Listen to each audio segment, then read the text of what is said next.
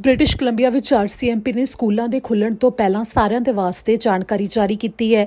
ਜਿਵੇਂ ਕਿ ਸਤੰਬਰ 10 ਨੂੰ ਮੁੜ ਤੋਂ ਸਕੂਲ ਖੁੱਲ੍ਹ ਰਹੇ ਨੇ, ਜਿਸ ਨੂੰ ਲੈ ਕੇ ਇਹ ਦੱਸਿਆ ਗਿਆ ਹੈ ਕਿ ਸਕੂਲ ਬੱਸਾਂ ਵੀ ਹੁਣ ਸੜਕਾਂ ਦੇ ਉੱਤੇ ਹੋਣਗੀਆਂ ਤਾਂ ਨਾਲ ਹੀ ਸਕੂਲ ਜ਼ੋਨ ਦੇ ਵਿੱਚ ਰਫ਼ਤਾਰ ਦੀ ਸੀਮਾ ਵੀ ਲਾਗੂ ਹੋ ਰਹੀ ਹੈ। ਯਾਨੀ ਕਿ ਇਸ ਦੇ ਬਾਰੇ ਜਾਣਕਾਰੀ ਦਿੱਤੀ ਗਈ ਹੈ ਕਿ 30 ਕਿਲੋਮੀਟਰ ਪ੍ਰਤੀ ਘੰਟੇ ਦੀ ਰਫ਼ਤਾਰ ਤੋਂ ਜ਼ਿਆਦਾ ਸਕੂਲ ਦੇ ਖੇਤਰ ਵਿੱਚ ਰਫ਼ਤਾਰ ਨਹੀਂ ਹੋਣੀ ਚਾਹੀਦੀ। ਸਾਈਨ ਬੋਰਡ ਜ਼ਰੂਰ ਦੇਖੇ ਜਾਣ, ਜਿਸ ਦੇ ਬਾਰੇ ਇੱਥੇ ਦੱਸਿਆ ਗਿਆ ਕਿ ਅੱਪਰ ਫਰੇਜ਼ਰ ਵੈਲੀ ਦੇ ਵਿੱਚ ਸਵੇਰੇ 8 ਵਜੇ ਤੋਂ ਲੈ ਕੇ ਸ਼ਾਮੀ 5 ਵਜੇ ਤੱਕ ਸਕੂਲ ਜ਼ੋਨ ਦੇ ਵਿੱਚ ਜੋ ਰਫ਼ਤਾਰ ਸੀਮਾ ਹੁੰਦੀ ਹੈ ਉਹ ਲਾਗੂ ਰਹੇਗੀ। ਤਾਂ ਇਸ ਦੇ ਨਾਲ ਹੀ ਸਿਟੀ ਆਫ ਚਿਲਾਵੈਕ ਵਿੱਚ ਸਵੇਰੇ 7:30 ਵਜੇ ਤੋਂ ਲੈ ਕੇ ਸ਼ਾਮੀ 5:30 ਵਜੇ ਤੱਕ ਰਫ਼ਤਾਰ ਦੀ ਇਹ ਸੀਮਾ ਲਾਗੂ ਰਹੇਗੀ, ਜਿਸ ਦੇ ਵਿੱਚ 30 ਕਿਲੋਮੀਟਰ ਪ੍ਰਤੀ ਘੰਟੇ ਦੀ ਰਫ਼ਤਾਰ ਤੋਂ ਵੱਧ ਸੜਕਾਂ ਦੇ ਉੱਤੇ ਕੋਈ ਵੀ ਡਰਾਈਵਰ ਨਹੀਂ ਹੋਣਾ ਚਾਹੀਦਾ। ਨਾ ਸਿਰਫ ਇਹ, ਸਗੋਂ ਸਕੂਲ ਬੱਸਾਂ ਜਿਵੇਂ ਕਿ ਸੜਕਾਂ ਦੇ ਉੱਤੇ ਹੋਣਗੀਆਂ ਤਾਂ ਜੇਕਰ ਸਕੂਲ ਬੱਸ ਦੇ ਵੱਲੋਂ ਲਾਈਟਾਂ ਫਲੈਸ਼ ਕੀਤੀਆਂ ਜਾ ਰਹੀਆਂ ਨੇ ਤਾਂ ਕੋਈ ਵੀ ਡਰਾਈਵਰ ਆਪਣੇ ਵਾਹਨ ਨੂੰ ਲੈ ਕੇ ਉਸ ਬੱਸ ਨੂੰ ਕ੍ਰਾਸ ਨਾ ਕਰੇ। ਜਿੱਥੇ ਜਿਹੜੇ ਵਾਹਨ ਮੌਜੂਦ ਹੋਣਗੇ ਉਹਨਾਂ ਲਾਈਟਾਂ ਦੇ ਫਲੈਸ਼ ਹੁੰਦੇ ਹੀ ਉਹ ਉੱਥੇ ਹੀ ਸੜਕ ਦੇ ਉੱਤੇ ਖੜ ਜਾਣ। ਇਹ ਇਸ ਕਰਕੇ ਹੁੰਦਾ ਤਾਂ ਕਿ ਸਕੂਲ ਬੱਸ ਦੇ ਵਿੱਚੋਂ ਜਿਹੜੇ ਬੱਚੇ ਨਿਕਲਦੇ ਨੇ ਉਹ ਕੋਈ ਸੜਕ ਦੇ ਉੱਤੇ ਨਾ ਆ ਜਾਣ, ਜਿਸ ਕਰਕੇ ਸੜਕ ਦੇ ਉੱਤੇ ਮੌਜੂਦ ਸਾਰੀ ਟ੍ਰੈਫਿਕ ਨੂੰ ਰੁਕਣ ਦੇ ਵਾਸਤੇ ਲਾਈਟਾਂ ਫਲੈਸ਼ ਕੀਤੀਆਂ ਜਾਂਦੀਆਂ ਨੇ।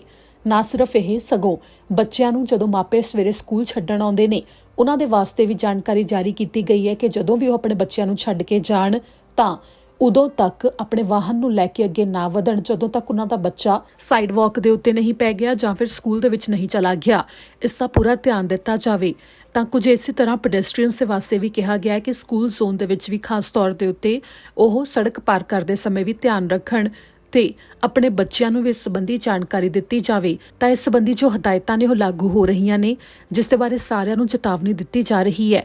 ਨਾ ਸਿਰਫ ਇਹ, ਸਗੋਂ ਅੱਜ ਸਿੱਖਿਆ ਮੰਤਰੀ ਰੌਬ ਫਲੇਮਿੰਗ ਦੇ ਵੱਲੋਂ ਵੀ ਬ੍ਰਿਟਿਸ਼ ਕੋਲੰਬੀਆ ਦੇ ਵਿੱਚ ਖਾਸ ਐਲਾਨ ਕੀਤਾ ਗਿਆ, ਜਿਨ੍ਹਾਂ ਨੇ ਦੱਸਿਆ ਕਿ ਜੋ ਸਕੂਲਾਂ ਦੇ ਵਾਸਤੇ ਫੰਡ ਜਾਰੀ ਹੋਇਆ ਹੈ, ਫਿਰ ਬੇਸ਼ੱਕ ਉਹ ਬ੍ਰਿਟਿਸ਼ ਕੋਲੰਬੀਆ ਸਰਕਾਰ ਦੇ ਵੱਲੋਂ ਜੋ ਕੀਤਾ ਗਿਆ ਸੀ ਉਸ ਦੇ ਬਾਰੇ ਐਲਾਨ ਕੀਤਾ ਗਿਆ ਤੇ ਨਾਲ ਹੀ ਜੋ ਕੈਨੇਡਾ ਸਰਕਾਰ ਦੇ ਵੱਲੋਂ ਪੂਰੇ ਕੈਨੇਡਾ ਵਿੱਚ ਸਕੂਲਾਂ ਦੇ ਵਾਸਤੇ ਫੰਡ ਜਾਰੀ ਕੀਤਾ ਗਿਆ ਸੀ ਉਸ ਦੀ ਵਰਤੋਂ ਕਿਵੇਂ ਕੀਤੀ ਜਾਣੀ ਹੈ ਤੇ ਸਕੂਲਾਂ ਵਿੱਚ ਕਿਸ ਤਰ੍ਹਾਂ ਇਸ ਦੇ ਉੱਤੇ ਕੰਮ ਹੋਵੇਗਾ ਉਸ ਦੇ ਬਾਰੇ ਵੀ ਉਹਨਾਂ ਦੇ ਵੱਲੋਂ ਅੱਜ ਜਾਣਕਾਰੀ ਦਿੱਤੀ ਗਈ।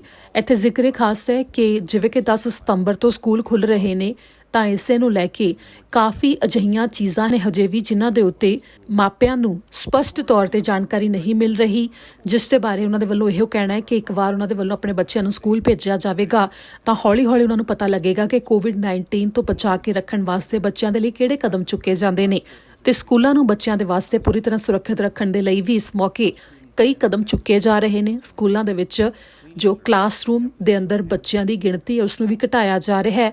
ਤਾਂ ਇਸੇ ਨੂੰ ਲੈ ਕੇ ਹੋਰ ਜਿਹੜੇ ਕਦਮ ਚੁੱਕੇ ਜਾ ਰਹੇ ਨੇ ਸਮੇਂ-ਸਮੇਂ ਦੇ ਉੱਤੇ ਉਸ ਦੇ ਬਾਰੇ ਪੁਲਿਸ ਦੇ ਵੱਲੋਂ, ਸਰਕਾਰ ਦੇ ਵੱਲੋਂ ਤੇ ਨਾਲ ਹੀ ਅਧਿਕਾਰੀਆਂ ਦੇ ਵੱਲੋਂ ਜਾਣਕਾਰੀ ਦਿੱਤੀ ਜਾਂਦੀ ਹੈ। And I want to thank teachers and education assistants who've been in schools getting their classes and lesson plans ready, who've been consulting with their school's health and safety officers so that kids are well supported when they return to school next week. Principals and vice principals and school administration have been exemplary in their communication with families to make sure they know about their schedules, understand learning groups, and what to expect in the classroom when school resumes. Also, a big thank you to school support staff. They're doing everything they need to help reconfigure schools so that they can open and be clean and safe for students and staff. Not to mention school administration staff who've worked tirelessly all summer to develop safe return plans, who've been connecting with parents throughout the province to find out their needs and how best to ensure students get back to learning. All of this work is being done because our province is taking the best science-based public health advice as we plan to welcome students back to school. To support schools during this pandemic, we have provided a one-time provincial investment of $45.6 million in COVID-specific funding to ensure our schools are safe for students and staff. This provincial funding is in addition to the increased levels of funding school districts are already receiving. A $546 million investment of new money in BC's Budget 2020 for K-12 education. The COVID-specific investments have meant that school districts like Nanaimo Ladysmith, District 68, are able to ensure that every classroom has a sink or wall-mounted hand sanitizer station. They've also purchased electrostatic sprayers to frequently clean and sanitize services for every school, and they've increased their school custodial staff by 25%. The School District 68 has also created a distance learning French immersion program with some of the extra funding that has been guaranteed that is COVID specific for a restart to school. In the Central Okanagan, School District 23, they've also invested in 53 electrostatic sprayers, one for every school. They've purchased 40 handheld units for cleaning buses, and they are supplying hand sanitizer to over 1,000 classrooms throughout their district. They've also purchased 40 hand washing stations for portable classrooms, so every portable in the district has a sink. In Richmond, School District 38, they purchased 1,200 hand sanitizing stations and 55 portable hand washing stations to install in classrooms without sinks using the COVID-specific funding. Richmond is also adding 25 full-time custodians, and more casual custodians are being recruited as we speak. In a district like Surrey, District 36, they've hired 138 additional custodians and 75 additional teachers to support remote learning. This is the kind of incredible work being done to keep schools safe and clean, and I'm only touching on some of the highlights. So once again, I want to thank the school district staff and school leaders for working on these improvements all summer long. To build on this work, we've also been talking with the federal government about the need for more resources for our schools, and we appreciate the federal government's response for British Columbia. Our province's schools will receive up to $242.36 million in one-time COVID-related federal funding for the 2020-21 school year. BC will receive the first half of the payment in September, and funding will be allocated to public school districts based on enrollment. We are initially allocating $101.1 million to public school districts, $7.96 million to independent schools, and reserving $12.1 million for emerging COVID-related issues between September and December 2020. This reserve amount will be allocated for the education sector before the end of December. We will then receive up to an additional $121.18 million in January, which will be allocated at that time. As we all know, BC is a diverse province. There isn't a one-size-fits-all approach to how districts and independent schools will implement their K-12 restart plans. We saw incredible diversity and innovation when they were posted last week. It's going to look different depending on the needs of each community. As we've seen from school districts' restart plans, we know it is local solutions that work best for individual students and families. And with the support of the ministry, many districts have already developed or are developing additional remote options as reported in their K-12 restart plans. For example, school districts like Vernon, School District 22, and Bulkley Valley, School District 54, Caribou-Chilcotin, School District 27, have developed remote learning options for First Nations students. School districts like Sea to Sky, District 48, are expanding their existing distributed learning programs so they can accommodate more students to learn remotely. Coast Mountain, School District 82, Stikine, School District 87, and North Vancouver, School District 44, are offering remote learning options for immunocompromised students, while Surrey, District 36, Burnaby, District 41, and Vancouver, District 39, are creating a blend of both remote and in-class options. This new federal funding will further support school districts to implement these programs, to do things like hire more teachers and support staff to support students, whether they're learning remotely or in the classroom, to purchase things like more software licenses, more electronic course materials, or textbooks, to help supply computers or tablets for families who need them, and to create things like additional Wi-Fi hubs in remote and Indigenous communities and provide internet access for families. We've also developed resources for the education sector to use for mental health and wellness to support kids and staff when we return to school, and districts can spend this money on mental health supports for their students and staff going forward. This funding will also allow schools to expand their health and safety measures, things like improving ventilation in buildings, the purchase of more PPE, the installation of additional plexiglass barriers, and to hire even more custodial and support staff.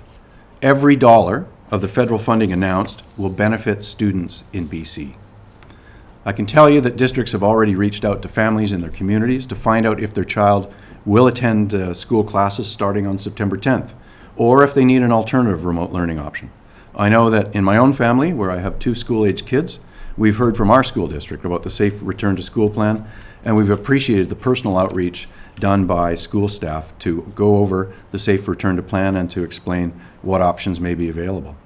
We've heard some positive results from these surveys, these emails and phone calls from school staff to parents and families in places like Langley School District 35 and New Westminster School District 40, Cowichan Valley School District 79, and the Southeast Kootenay. They're reporting an almost 85 to 90% return rate for kids who will be returning to the classroom for in-class learning. And we're hearing this echoed from other districts where they're seeing the majority of kids returning to the classroom. A reminder today for any families who haven't heard from their school by now, I would encourage them to reach out to their school to have those conversations about what school will look like, an explanation, an overview of the Safe Return to Class, and also an overview of what options those districts and schools are providing. As the first week of school approaches, we want staff, students, and their families to feel confident knowing that the school system is doing everything possible to ensure schools are as safe as they can possibly be, just as we have from the beginning of this pandemic. And I'm incredibly grateful for the exceptional team of dedicated educational professionals supporting BC students during these challenging times. And once again, I'd like to thank everyone for your continued flexibility and patience as we get ready to safely accommodate most students back into the classroom full time.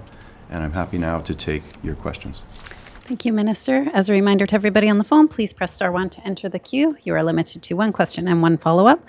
Please take your phones off mute. You will not be audible until your name is called. First question is from Camille Baines, Canadian Press.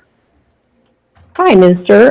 Some parents are concerned that their children will lose their spots, especially in programs like French immersion, if they keep their kids at home from a school, part-time, from a school that does not have any remote options, or even if they choose to do that full-time because someone in the family has some kind of a health problem. What is your response to that? They're saying that school districts are left to deal with that, and the ministry hasn't provided enough information. Well, I think what we directed districts to do last week when we posted the Safe Return to School plans for every district, we responded to the school district's request for funding flexibility. We know this is a different school year. Typically, for funding purposes, funding is derived by physically having a student present in the school. We've said for this year, keep kids connected to their local schools. And districts have asked for that. They want to be compassionate and responsive to students. Many districts, I've mentioned some of them today, are doing precisely what you have mentioned, which is to provide a remote learning option to hold a seat while that student is transitioned back into school later in the year. And a number of districts are providing a number of options that match their innovation and background and the kinds of things that they can provide to students and families. So we'll expect that going forward. Obviously, catchment policies are clearly a school district responsibility. There will be some trade-offs and tough choices for them to make because there are some programs that are very well subscribed, but what we're seeing is districts reaching out to families, being flexible, allowing them to have accommodations based on their family circumstances, and that's what we expected. That's what we heard as well in the conversation we had with school district leaders. And I would note that some districts are completing now or have just completed their surveys. They're obviously analyzing those results, and they're using the funding that's just been announced today and the funding that's been announced previously and the funding flexibility that we announced last week to be able to put resources in place so that every child, no matter where they are in British Columbia, is connected to a learning program. Do you have a follow-up, Camille? Yes. What would you say to parents whose children are poised to lose their spot? And some of these schools seem to be having a temporary situation where the kids can stay at home, in situations where families have someone with a health condition until January, while others can have their kids home for about 5 weeks as part of the first semester. And then there's all of this uncertainty. 5 weeks is not going to be too long from now. What would you say to them? Right. So look, what I'm hearing from districts is that they are encouraging students and families to familiarize themselves with the safe operation of schools. Some won't return next week. We understand that. That's why districts surveyed parents to see what their circumstances, what their intentions are around enrollment and registration. We're all living with a degree of uncertainty. That's part of life under this pandemic. Some school districts are going to offer certain transition back to school points in time. I know that the Vancouver School District, for example, has said they'll communicate with parents in December who have had their children involved in a remote learning program to talk about what the rest of the school year will look like. And we're going to be going through the next weeks and months actively monitoring under the leadership of Dr. Bonnie Henry and our entire public health care system, keeping people safe in every community in BC. Schools will be responsive to family needs as they go forward, and I think as long as I'm seeing districts, and this is what I am seeing, are being compassionate and supportive of trying to keep kids and their families connected to schools, that's what we expect. Next question is from Richard Zussman, Global News.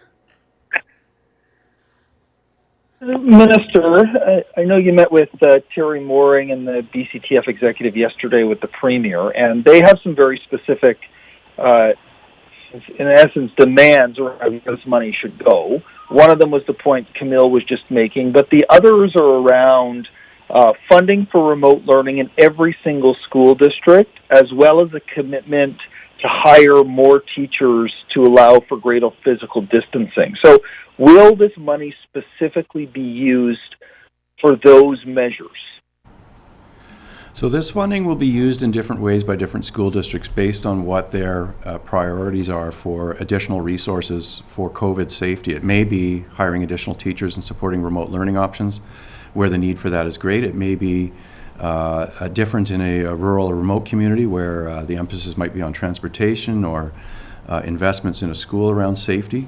That's what we expect, and that's exactly why last week we were very explicit in terms of going out and surveying and directly interacting and communicating with families to determine what the need is. You can't build a program without knowing how it will be used, and we expect districts to continue to show their innovation and leverage their existing strengths on things like providing remote learning options during this very extraordinary time. That's what's happening in districts around the province, but it is very different to look at a community like Burns Lake, for example, and contrast that with Surrey. They're going to have different priorities, but they're going to receive per pupil money that we are directing from the federal government to match the original provincial investment for them to use on health and safety and learning priorities in their district. Do you have a follow-up, Richard? I do. One of the concerns that has been sent to me is around parents, and this is specifically in Surrey, but maybe happening in other places, is that they're concerned about what sort of chemicals are being used in the cleaning products. Have you heard these concerns, or what can you say to parents around what is specifically being used in the classroom? So I have not heard that specifically, but I do know that the school system is highly regulated with professional cleaning staff that have robust occupational health and safety committees that are site-specific in a school, that are district-wide. So the use of approved disinfectants would be guided by the kinds of things that are safe for everybody that would study or work in a school environment. So I'm quite confident that the types of supplies that we've suggested districts invest in that are centrally procured in some cases would meet the best standards for not only disinfection but also in terms of how they're safely applied in a school setting. Next question is from Maria Weisgarber, CTV. Oh, hi, Mr. Question again about the amount of money that's going to be made available for public schools at the first installment this fall.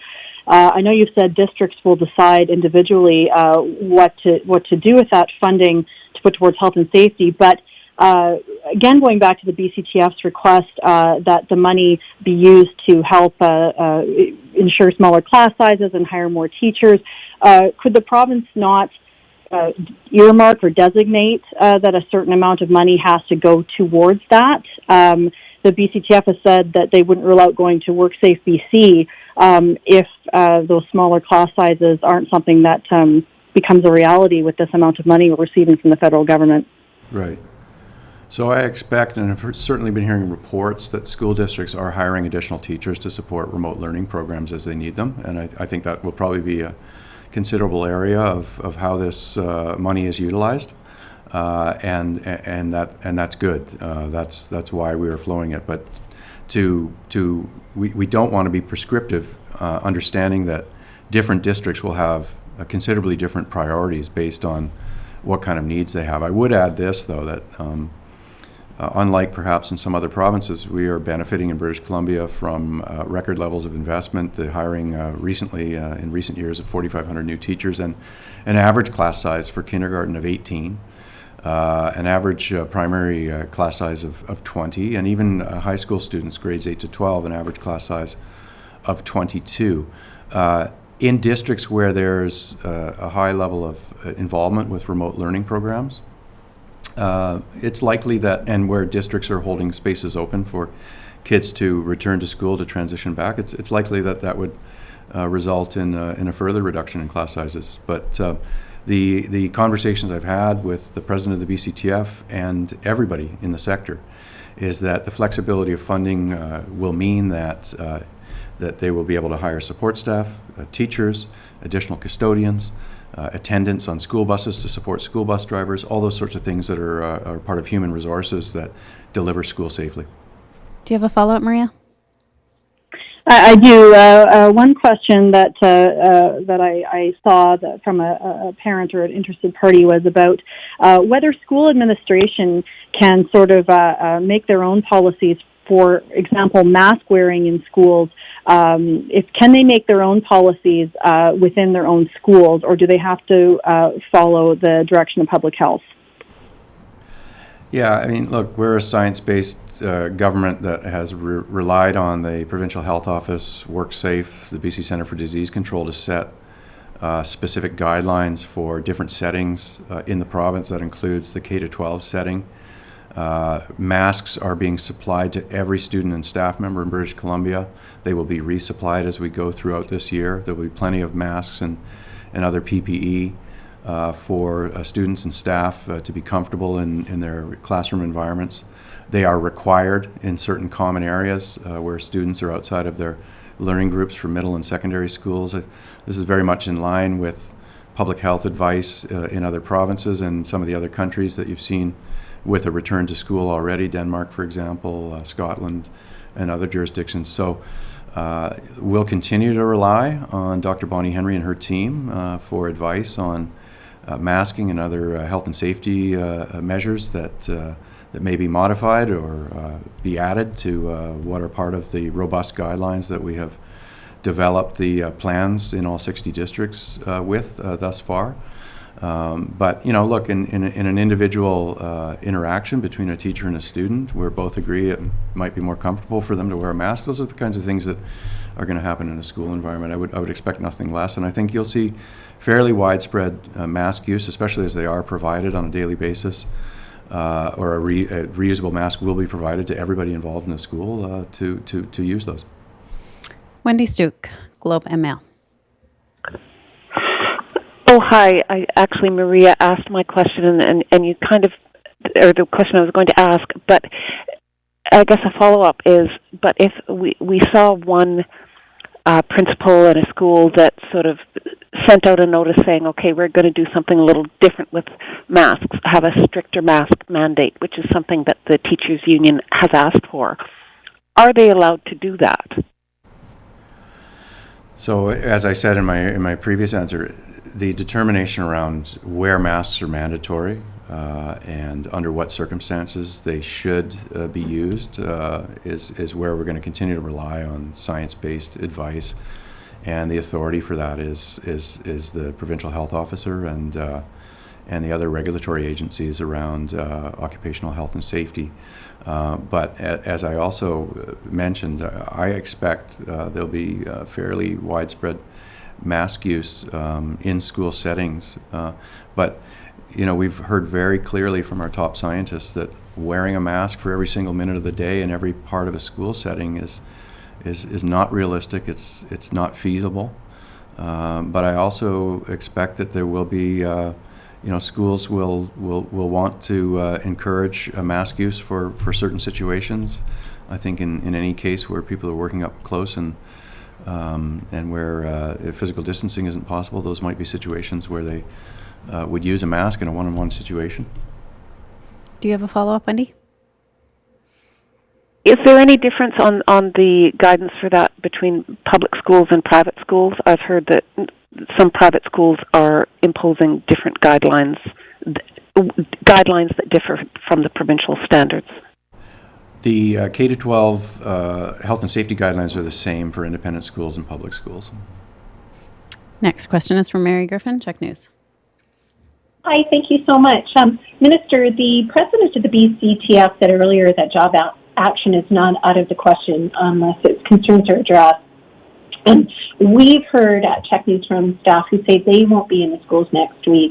And Maureen tweeted just as this news conference was going again, a thread including about the importance of smaller class sizes to allow for physical distancing across all grades. Is that concern of hers addressed, and are you concerned when you hear about job action? Well, look, I hope the president of BCTF's concerns are addressed. We've relied very heavily on professional teachers to work with us on a steering committee to develop the safe restart plans. They've made many good suggestions, many ideas that have been adapted to the guidelines.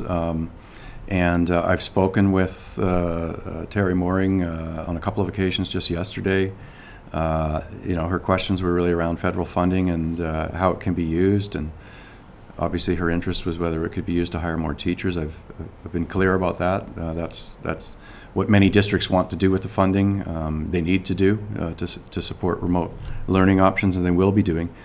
I heard her say yesterday, and I appreciate this, that her focus is on continuing to work with the government using a solutions-based approach, and that's our commitment as well, to work with all of our partners, and the BCTF and others who have been doing a tremendous service to this province in terms of restoring in-class learning after, for some students, a 6-month long absence. We know that a lot of students will come back into the class having missed a lot of learning and needing social emotional supports to get started and be confident in their schools, and we've created some teacher resources to do that, and I appreciate the thoughtfulness of the diverse numbers of teachers that have been involved in the steering committee, advising on very subject-specific safety guidelines around how to safely do music classes and physical education and those sorts of things, and that expertise has been invaluable. Do you have a follow-up? I do. Just that I think it was yesterday Terry Mooring said she hadn't ruled out a complaint to the Labour Relations Board if some of those specifics about the start of school are not addressed. And what are your thoughts on that? Well, again, what I heard the president of the BCTF say yesterday, which which caught my attention, was that they want to continue working with the government. They're solutions oriented. I understand that they have some messages that they put out. They have to represent a broad, diverse membership, and that's to be expected. But what I am confident is that having worked with the Teachers Federation and local teachers associations to safely reopen schools in June, having relied on them through the summer weeks and months on opening up schools safely next week, that there may be areas of disagreement. That's to be expected. But in terms of the broad aims of both teachers, the Ministry of Education, unions like QPBC, parent organizations, superintendents, principals and vice principals, the consensus there is that in-class instruction, having a maximum number of students back in a learning environment, learning to live safely with COVID, taking all the precautions necessary to keep schools safe and clean, and to be COVID literate about how to operate in a school. These are broad commitments that all the partners share. Next question is from Lisa Eusda, News 1130. Minister, a fairly specific one here first. We're hearing from and have seen one of the school districts in Metro Vancouver that is asking parents to pay $10 for plexiglass barriers between desks. Is this what we're going to see, where families are going to be relied upon to pay for safety measures for their students? I have not seen that. I don't have the benefit of having my phone in my hand for these instant news reports. Look, I think based on the funding message that I've just delivered here about what are eligible and good expenses and investments to make this a safe school year, plexiglass, I very pointedly mentioned, is something that we know districts have been installing and may have a need to install more. So I would suggest that as an eligible expense of federal money that we're providing to the school districts on top of the provincial funding that's already been announced, they should be using those resources to purchase what they need. Do you have a follow-up, Lisa?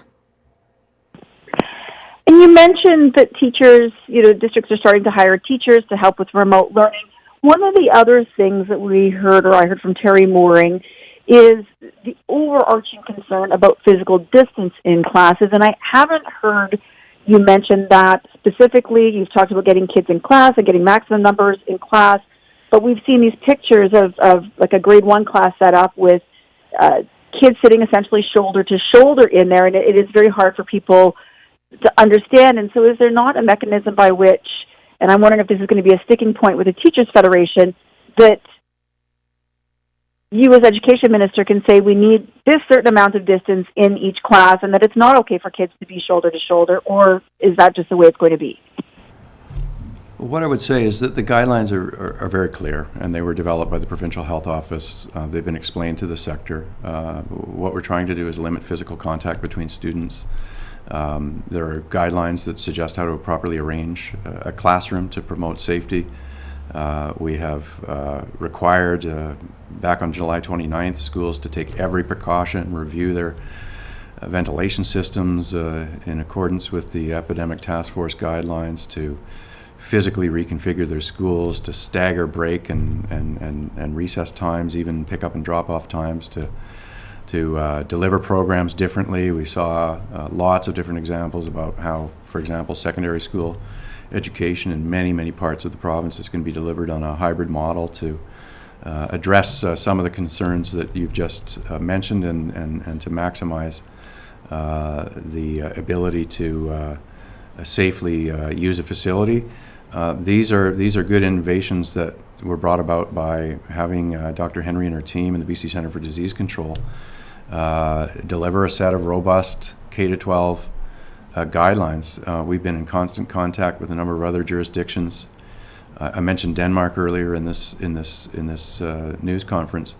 They have very similar guidelines that we do for September, and including around physical distancing. Next question is from Graham Wood, Glacier Media. Hi, Rob. Did you look into building or procuring temporary portables on school sites? If so, what happened, and if not, why not? Procuring portables, you'll have to remind me which district or community or school community. Oh, just throughout the province, just building more portables so that you can separate classrooms. So I have seen some evidence in my own district of new portables and also learning studios, more permanent structures being built this summer. I know a number of districts have worked on things like outdoor education programs that have built modified outdoor structures, which is good. The federal funding will probably support additional efforts in that regard. I know that schools have looked to use multi-purpose space in their school for delivering different types of classes. That may be doing academic subjects in a gym or in a library. So there's a lot of creativity when you get down to the local level about how schools will use the additional space that they have available to them. There's many districts where they do have room to spread out and to optimize how they deliver quality instruction. Graham, do you have a follow-up? Right. And do you think should school boards be meeting face-to-face and allow for public comments in a physically distanced manner, a safe manner throughout the school year? School districts, are you talking about board meetings and that sort of thing? School boards, yes. Yeah, boards. They should do it in a way that respects the public health officers' guidelines for public meetings and settings such as what a school board office would be like. We have time for one more question this afternoon, and that comes from Andrea Ross at CBC. Hi, mental health resources. This was one of the areas the BCTF was asking for funding. Can you elaborate on how this funding could be spent in that area and what specifically school districts have asked for when it comes to mental health resources so far? Again, it's different based on different school districts. We have benefited from having a couple hundred more school counselors that were hired as part of some of our investments going into this school year. But it may be that they would look for additional counseling resources. I think teachers have wanted to have some professional development support. We've created a teaching guide for teachers to use around mental health and social emotional learning for students. You heard Minister Darcy yesterday announce $2 million in additional funding for students that have mental health concerns to get them in touch with community hubs and counseling services. It may even involve drug and alcohol services that are an issue with that can be helped with counseling services. So I'd say it's a broad plan. I think that it's a preventative mental health education is a critical part of the school year. Promoting mental health and wellness is going to be one of the benefits of having students return to the classroom, to reduce the isolation from their peers, to be among one another again, and to be back with the structure of a learning program in school. That's critically important for their mental health, and we know that from surveying tens of thousands of parents and tens of thousands of students through our ministry and the BC Centre for Disease Control. We got very specific indication about feelings of isolation, loneliness, and concerns about their own mental health that was part of the absence of school being in place. And we're hoping that with a good, safe restart to school that kids will start to rebound and feel very confident and be in connection with lots of adults who care about them in their lives, which they've been missing. Do you have a follow-up, Andrea? Yeah, and you said that the funding would be sort of spread out throughout this semester and then the second half being allocated in January. If cases go up or if there is a second wave, how much flexibility does this funding offer to help school districts revert entirely to remote learning if that's what's needed throughout the year? Yeah, and I mean, if we have to move between stages, we have funds to be able to do that, both in our base budget, in our COVID-specific provincial package, and in the federal funding as well. So, to the extent that that is contemplated prior to our awareness that the federal funding was going to be secured. And I want to thank the Premier for doing an effective job speaking with the Prime Minister about that. It's all going to additionally help us to be able to manage that. That's all the time we have this afternoon. Thank you for joining us.